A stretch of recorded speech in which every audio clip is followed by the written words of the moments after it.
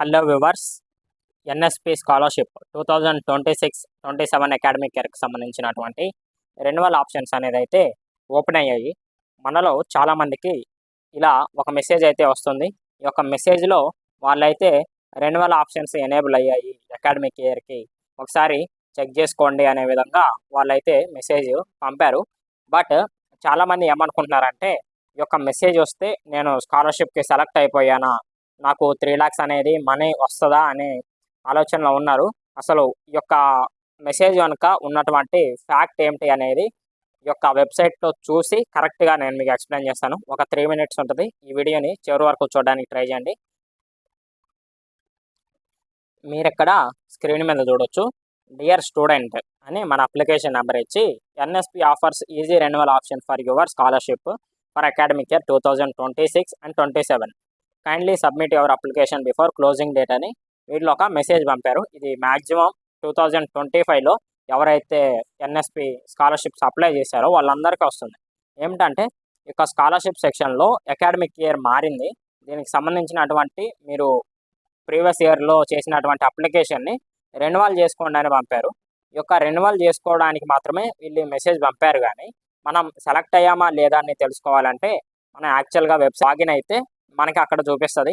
In case మనం select అయితే అక్కడ మెరిట్ లిస్ట్లో ఎస్ ఉంటే మనకి స్కాలర్షిప్ అనేది అయితే వస్తుంది.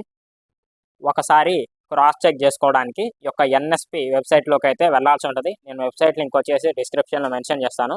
ఇందులో స్టూడెంట్స్ సెక్షన్లో అప్లై ఫర్ స్కాలర్షిప్ అని క్లిక్ చేస్తే మనకి ఇలా ఒక పేజ్ అనేది అయితే ఓపెన్ అవుతుంది. ఇక్కడ లాగిన్ విత్ ఓటీఆర్ అనే ఉన్న ఆప్షన్లో మనం క్లిక్ చేసి మన ఓటీఆర్ డీటెయిల్స్ అండ్ పాస్వర్డ్ ఇచ్చి లాగిన్ అవ్వాల్సి ఉంటుంది. ఓకేనా? 2025లో అప్లై చేసేటప్పుడు మీకు ఈ యొక్క డీటెయిల్స్ అనేది అయితే వచ్చి ఉంటుంది. ఈ యొక్క డీటెయిల్స్ని ఎంటర్ చేస్తే మనకి ఒక ఓటీపీ వస్తుంది, మొబైల్ ఓటీపీ. కన్ఫర్మ్ చేస్తే మనకి అప్లికేషన్ లాగిన్ అనేది అయితే అవుతుంది.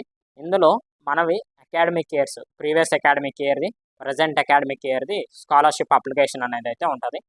లాస్ట్ ఇయర్ మీరు సబ్మిట్ చేసినటువంటి అప్లికేషన్స్ ఒకసారి చూస్తే ఇందులో మీకు అప్లికేషన్ నెంబరు, ప్రొసీడ్ అని ఉంటుంది. ఈ యొక్క ప్రొసీడ్ అనే ఆప్షన్ని క్లిక్ చేస్తే మీకు ఆ యొక్క అప్లికేషన్ స్కాలర్షిప్ సెలెక్ట్ అయిందా లేదా అనేది అయితే ఉంటుంది. ఇందులో వెరిఫికేషన్ డీటెయిల్స్ అని ఉన్న థర్డ్ ఆప్షన్లో verified by school, institute, college level yes ఉండాలి. Verified by the department or nodal officer yes ఉండాలి. తర్వాత ఫౌండ్ డూప్లికేట్ బై సిస్టమ్ అనేది కూడా ఇక్కడ గ్రీన్ కలర్లో ఉండాలి, నో అని ఉంటుంది. ఓకేనా? ఫోర్త్ ఆప్షన్లో ఉన్నటువంటి సెలెక్టెడ్ ఫర్ స్కాలర్షిప్ ఆర్ మెరిట్లో ఎస్ అనే ఆప్షన్ ఉంటే మీకు ఈ యొక్క ఎన్ఎస్పి పోస్ట్ గ్రాడ్యుయేట్ స్కాలర్షిప్ అనేది అయితే వస్తుంది. ఓకేనా? ఇంకా ఈ యొక్క ఆప్షన్స్ అనేది అయితే ఫుల్ ఫ్లెడ్జ్డ్గా ఎనేబుల్ అవ్వలేదు. As per last year records అక్టోబర్లో ఈ యొక్క సెలక్షన్స్ అనేది అయితే బయటకి ఇస్తారు, వెరిఫికేషన్ లిస్ట్. ఓకేనా? అప్పటి వరకు మనం వెయిట్ చేయాల్సి ఉంటుంది. బట్ ఈ యొక్క 26-27 రెన్యువల్ చేసుకోవడానికి వీళ్ళు ఆప్షన్ ఎనేబుల్ చేసింది ఎందుకంటే, మనం లాస్ట్ ఇయర్ డీటెయిల్స్ ఇచ్చాం కాబట్టి సేమ్ అప్లికేషన్ని రెన్యువల్ చేసి పెట్టుకోండి అని వీళ్ళైతే జస్ట్ అట్లా ఆప్షన్ ఇచ్చారు. బట్ ఇంకా స్కీమ్ అనేది అయితే ఫుల్ ఫ్లెడ్జ్డ్గా ఓపెన్ అవ్వలేదు. ఇంకా ఆ scheme defective applications edit date ఏమిటి, అలాగే స్కీము ఫార్వర్డ్ చేయడానికి ఉన్నటువంటి టైం ఫ్రేమ్ ఏమిటి అనేది ఇంకా ఫిక్స్ చేయలేదు. ఈ యొక్క వెబ్సైట్లో అనేది అయితే ఇంకా అప్డేట్ అవ్వలేదు. కాబట్టి కొన్ని రోజుల తర్వాత స్టార్ట్ అయితే నేను ఒక మంచి వీడియో చేస్తాను రెన్యువల్ ఎలా చేసుకోవాలనేది.